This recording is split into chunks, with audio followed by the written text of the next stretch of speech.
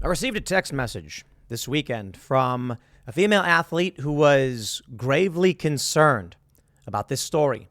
The Daily Mail reports trans cheerleader 25 is given assault citation after choking out teammate 17 who called her a man with a, you know what, at cheer camp. His video taken afterwards shows the attacker saying, "I barely touched her." To put it simply, this is the story about a cheerleading team. I don't think cheerleading teams are inherently male or female, to be completely honest. But there was a transgender biological male who was accused of choking out a female. Now, in this aftermath video, the women are all hiding in the bathroom. That's what they're hiding in a stall or something, as the transgender individual says, you know, and in fact, in the video quite calmly, "I barely touched her." You know, the people, the women, the females in the bathroom are like, "You're a man. You have a, you know what?" And the father now is apparently threatening some kind of action because this is a terrifying story for anybody to hear that your child was attacked. Now, I have some questions about cheerleading teams. Are they inherently female? This is an assault. Is it an issue of a male being in a female bathroom? I want to break down the morality of this, but we have another story too. And this one's really interesting. This is from The Times. Police criticized over arrest for gay swastika post. A guy posted this meme, and there's a couple things I want to get to in this segment. It's an image where they take the pride flag, and when you rotate them around and put them all together, actually it forms a swastika. He got arrested for it, exemplifying exactly what the critique was. Let's talk about this first story first. This first story first. Let's talk about this story, the trans cheerleader first. The Daily Mail says, Avery Chanel Medlock, 25, was booted from Ranger College cheerleading camp in Texas and given a criminal assault by physical contact citation last week. She is accused of choking a 17-year-old teammate, only identified by her first name, Carly, who she claimed made transphobic remarks toward her. The girl and other teammates allegedly locked themselves in a locker room to hide from the raging Medlock, who claimed that she was being targeted for her race and gender. I'm going to pause right there. I don't believe it. That's just me. It's my opinion. I don't believe that. Well, I'll put it this way. I don't believe the targeting of this individual was to the point where physical threats and physical violence were required. I think it's possible disparaging remarks were said, but right, not that like they were attacking this person or something. Police were called to the scene along with Carly's father, Mike Jones, and Medlock was removed from the campus. We got a lot to talk about. Medlock posted a video on her Facebook where she could be heard talking to teammates, albeit angrily, which she said proved she had not been physically violent during the argument. Now, hold on. This is where things get really, really difficult. Medlock is the individual who attacked the 17-year-old. Now, what's confusing for the average person is that by using female pronouns, they're not conveying that this is a biological male who attacked a biological female and had other females cowering in a locker room. That is important context. Now, we can talk all day and night about respecting someone's pronouns or using the pronouns that make sense, but I think it's important to realize that this is a biological male attacking a biological female. Let me pause, and I'll tell you a story. A simple bit, an anecdote, as it were. The scariest flight I've ever been on was from Wellington, New Zealand to Auckland. In order to fly back to the States, we had to go from Wellington, because we drove to Wellington, to Auckland International, to, I believe, Los Angeles. There were, I think it was like 70-mile-an-hour winds, like intense winds. When we were flying out of Wellington, we got hit bad by this wind, and we had to have dropped maybe like 50 feet or 100 feet. I don't even know. I'm not a pilot. All I know is that you were weightless for a second. In that moment, every single woman on the plane screamed at the top of their lungs, and not a single man did. And it got me thinking, Why did that happen? Is there a social construct around screaming? No. There's no training for screaming. Women don't grow up watching adult women scream and seeing men be stone-faced. It could be that men are told to keep your mouth shut and don't express emotion or something like that, so men don't scream. I think the reality is males and females are very different, at least for the most part. This is why, when it comes to a story about a male who identifies as a woman physically attacking a teenage girl, the context is important. They say Jones, however, said the video is only part of the truth and has called for security footage and body camera footage from the police to be released. During that clip, Avery can be heard to say, "If anyone has a problem, come address it to my face like an adult." She can then be heard adding that I barely touched Carly and that she was only joking. That appears to contradict a subsequent Facebook claim made by Medlock that no physical contact was made. So which is it? Barely touched her or no physical contact? I think considering the police came in and issued a citation, this is likely, a petty offense perhaps, meaning, I'll put it this way. When she said I barely touched her, I don't know if she grabbed her and was strangling her. Choking her out, she may have grabbed her by the neck and slammed her up against the wall or something. And the reason I say that is because I think if there was evidence to the contrary, like physical marks and bruising, they would have actually arrested this individual. Then again, maybe there's a lesser charge because of the politics. A friend of Medlock's who stood outside told the girls behind the door that they crossed a line with Medlock, ending the confrontation by saying, "There's no beef between me and you. Sorry to upset you." So this is Medlock allegedly choked at a teammate named Carly, who said she was making transphobic remarks that she shouldn't be allowed on the team. This is what I hear from women. This is what they're terrified of. They're terrified that there's going to be a biological male, taller, with more muscle density, or more muscle mass, more bone density, more skin collagen, and they're going to physically assault a woman on the team. But here's what I have to say. I don't know about this camp in particular, okay? I don't think cheer teams, for the most part, are women only. I think there are male cheerleaders, too. I think it's been that way for some time. I think this is an issue, period, of physical assault. Now, in the girls' locker room, this is where we have questions. Because the idea for separating these spaces, look, I'll put it this way. If there is a person who wants to cause harm, I don't think a sign saying women's only is going to stop them from going into causing harm to that person. I do think there's a level of comfort that women and privacy that they would prefer separate from biological males, relative to being around females. But I think there are some deep questions about, is this story really just someone committed an assault? And is it that this person's trans, that it's becoming a bigger political story? I think it's fair to say, because I'm going to look at this from the moral logic. If you say, do not assault people, and then this person assaults someone else, what does the space have to do with it? They committed a crime.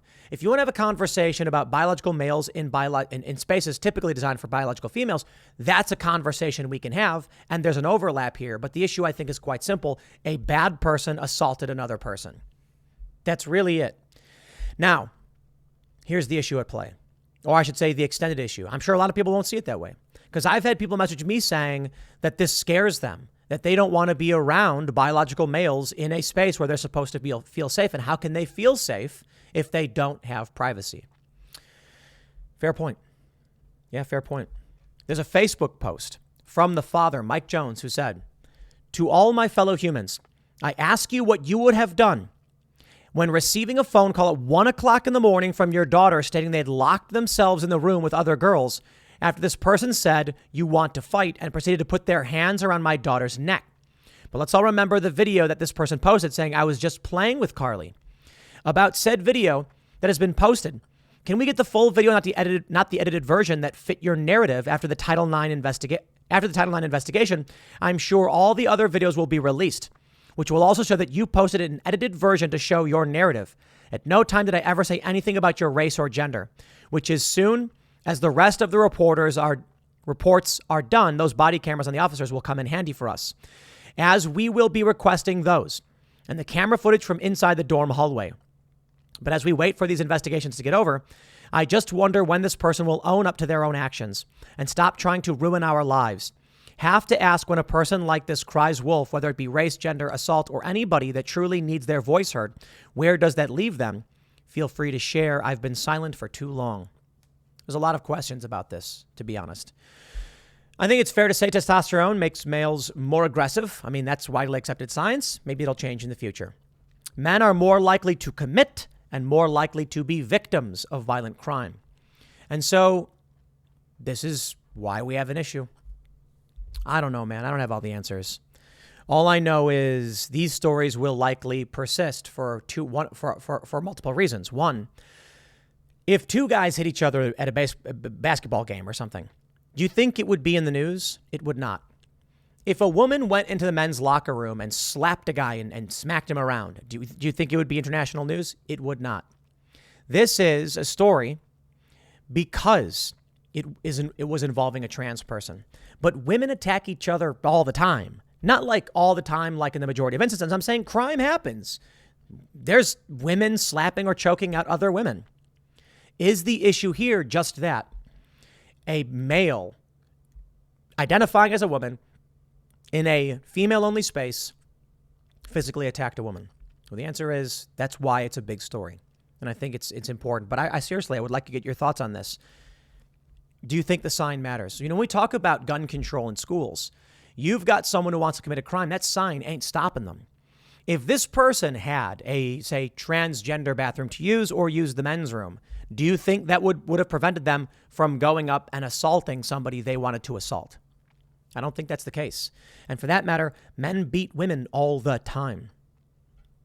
I wonder how this is going to play out, to be honest. I just don't know. I don't know. I think this is going to spark a big issue as it pertains to men's rooms and women's rooms. I'll say that to put it simply. But I think the bigger issue is what's being forced upon people. Because if the majority of biological females, women, do not want to share spaces with biological males, then I don't think it matters how you dress or identify. And therein lies the big issue. What's the point of two different restrooms or locker rooms if anyone can just walk in and the sign does nothing? Again, to be fair, people say, like, you know, we shouldn't have men in the women's bathroom. And it's like, do you think the sign is going to stop a rapist? Like, if he's intending to commit a crime, he's going to go do it.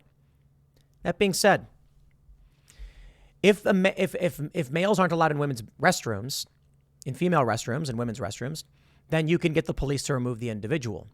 Not anymore, you can't. Because now anyone can just identify as anyone they want. So women don't have a private space when they're, you know, dealing with their private business. There's another story in this, in a somewhat similar vein that I want to address. And ultimately, what I'm getting to with this segment is the forcing of an ideology upon a populace. Police criticized over arrest for gay swastika post. They say, the Times reports, officers from Hampshire Constabulary have been criticized for arresting an Army veteran over a social media post.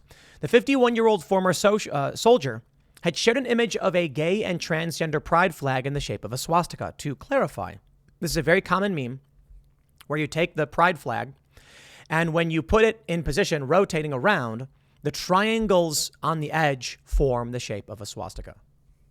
Officers also arrested Harry Miller, a former policeman, when he intervened. 3 officers visited the veteran at his home in Aldershot this month, saying that an alleged hate crime had been reported. When they returned on Thursday, they were confronted by Lawrence Fox, the actor cum political activist, and Miller, who successfully challenged College of Policing guidelines on so-called non-crime hate incidents at the Court of Appeals last year. Guidance issued by Police National Standards Body last week emphasized that people involved in political and social debate must not be stigmatized because someone was offended. Well, let me just show you the video from Andy No. He's posted this. You can see the police officers here arresting a man, and they say it's because his image caused anxiety. Question. What about the anxiety caused by him when someone posts the flag in its original form? Why is it that you can post your flag and when it causes someone anxiety, you don't get arrested, but when he makes a point about your flag and the authoritarianism, he gets arrested? Why is it that socially it is the women cowering in the bathroom who should be punished? No, they should not be forced to hide in their bathroom terrified. I've heard some dark stuff as it pertains to these changes, and there's no moral logic behind it. That's why I'm careful with these things. I think it's wrong that you would force an ideology on someone, that you would arrest a man or tell women they no longer get a safe space. No, I thought the idea with intersectional feminism was to create a safe space. But then they said, yes, unless someone identifies as the opposite gender. Now you don't get a safe space. There was a controversy at Occupy Wall Street in this vein. They set up a big tent. It was a medical tent for women who were abused or needed safe haven for females. Well, I should say it was for women. And an issue arose when trans women wanted to use it. This was around this was 2011, and this is when all of the stuff was starting to rise to the forefront. An interesting conundrum happened within the left. A bunch of stuff similar to this was happening at Occupy Wall Street. But in this instance, you had trans men, biological females, who I believe on more than one occasion, at least two, I think, were raped by males. Look, a male raped a female, but the female identified as a man, and the male came in, didn't care, committed this crime. So when I heard that a man was abused, I was like, really? And then they were like, well, biologically female. And I was like, oh, okay. I mean, that changes the context dramatically. Something interesting happens. You had this tent set up for females, but they said women, but the idea was obviously females. That meant that trans man was allowed to go in there and seek comfort and aid, and security, and other females were as well. But then you had some females who were like, why is a man in here? And it's like, well, because this man is biologically female and was raped. And it's like, but it's a women's tent.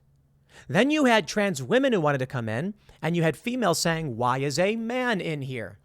Neither side agreeing with each other. And that led to conflict.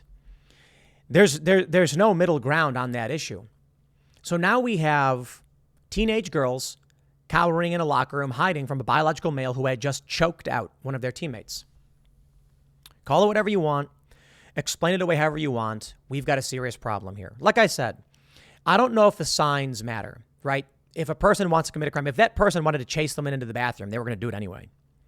The issue now, though, is because the law protects this, there's no removing this individual from the bathroom. So I'll put it this way. If a guy chokes a woman and the women all run in the bathroom and lock themselves in a stall and the guy follows them in there, people are going to be like, yo, dude, what? They're going to call the cops. The cops are going to remove them. When a transgender biological male does it, well, now the girls are just trapped. Sorry, can't do anything about it. The person can be removed for assault, but according to the story, they only got a citation. You see the problem there. Enforcement. The sign doesn't change it, but the ability to stop the individual. Now, as it pertains to gun-free zones, it's a different circumstance and a different scenario. But I think it relates enough to bring up. A person who wants to bring a weapon into a school, yeah, they're going to do that. Now, a fair argument for gun-free zones is if you see someone with a rifle walking up to a school in a gun-free zone, the idea is you're supposed to have the police come in and stop them. But we're talking about something very, very different. Someone who's entering a school who shouldn't be there armed with a weapon is alarming regardless of whether or not it's a gun-free zone. The sign doesn't mean anything. A 6-foot-tall man, like discernibly male with big muscles, walking into a women's room is, to many people, a sign that something is amiss. But if that person is transgender and you can't tell, that's effectively concealing something from many people. They're not the same to the great degree. To a great degree, they're very, very, very different. My point is simply just that these women should have been able to have been in that locker room saying, you can't come in here because we feel unsafe when a biological male attacks a female. That's taken away. There were other issues, stories that I've covered in the UK. So I think it was at a swimming pool. They merged the dressing rooms, the changing rooms, because of the law. And what ended up happening was assaults skyrocketed, males on female, men assaulting women. And it was because of opportunity and proximity. And that's why people take issue with eliminating or allowing males into female bathrooms, because it creates opportunity. I don't think that's ultimately going to result in trans people assaulting females. I think it's just males who are rapists will masquerade as such to gain access. And that's an issue of concealment, as it were. So I don't have the answers. I really, really don't. What I will say is that the solution is probably individual rooms. I think they're better. You go to a restaurant, and it's like, it just says bathroom, and you walk up and you open the door and you get the whole room to yourself. And it's just, instead of having 2 rooms with a bunch of toilets, you have 4 rooms. I think that's ultimately the simple solution to a lot of these problems. But I will say, too, people never realized when it comes to allowing anyone to use any bathroom, or I should say prohibiting certain people from using certain bathrooms, the end result isn't that you're going to have a biological male who's trans in the bathroom with everyone saying, we accept this. You're going to have people who are angry that it's forced upon them, pushing back, fighting back. Fights are going to break out. People will get hurt. The other issue is businesses are going to say, why bother spending money on 2 bathrooms? We can't even segregate them anyway. Just do 1 bathroom. And there you go. I believe in New York, the new rule is that all new bathrooms have to be multi-gender. Here's where the next problem lines up. I was just in New York, and we went to a place that had 2 bathrooms. They both said all gender bathroom. The line was long because the dudes had to wait for the women. So normally what happens is like the women have this massive line and the guys go in, out, and the guys' bathroom usually never has a line. Well, now because it's mixed, all the guys got to wait too. But that's just an aside. The thing is, agender, that's recognized in New York City. That means without gender. So if you have a bathroom that says all gender, my question is simply this. Where's the bathroom for people without gender? And they say, well, those are all gender bathrooms. Right, I understand you have bathrooms that encompass people who have gender. Where is your bathroom for people who are agender, which is protected in New York City? Therein lies the problem. There was one place I went to that they said they had they had a unigender or like all gender bathroom in the basement. And then I was like, you can't say the males and females are in the normal bathrooms. Everybody else in the basement. But that's what they did because they had to. There's no answer to this stuff. You're going to get sued and they're going to come after you no matter what. Stop forcing the ideology on people. If you create an establishment and you want this, fine. But I will also say to the parents, good on this guy for speaking out to protect his daughter. I mean, she was attacked. Criminal charges, if this is proven. We want to see the surveillance footage. But get your kids out of here. Get your kids out of this system. They're not being protected. As for the UK, well, at least they're criticizing these cops. I'll leave it there. Next segment's coming up at 4 p.m. over at youtube.com/Timcast. Thanks for hanging out, and I'll see you all then.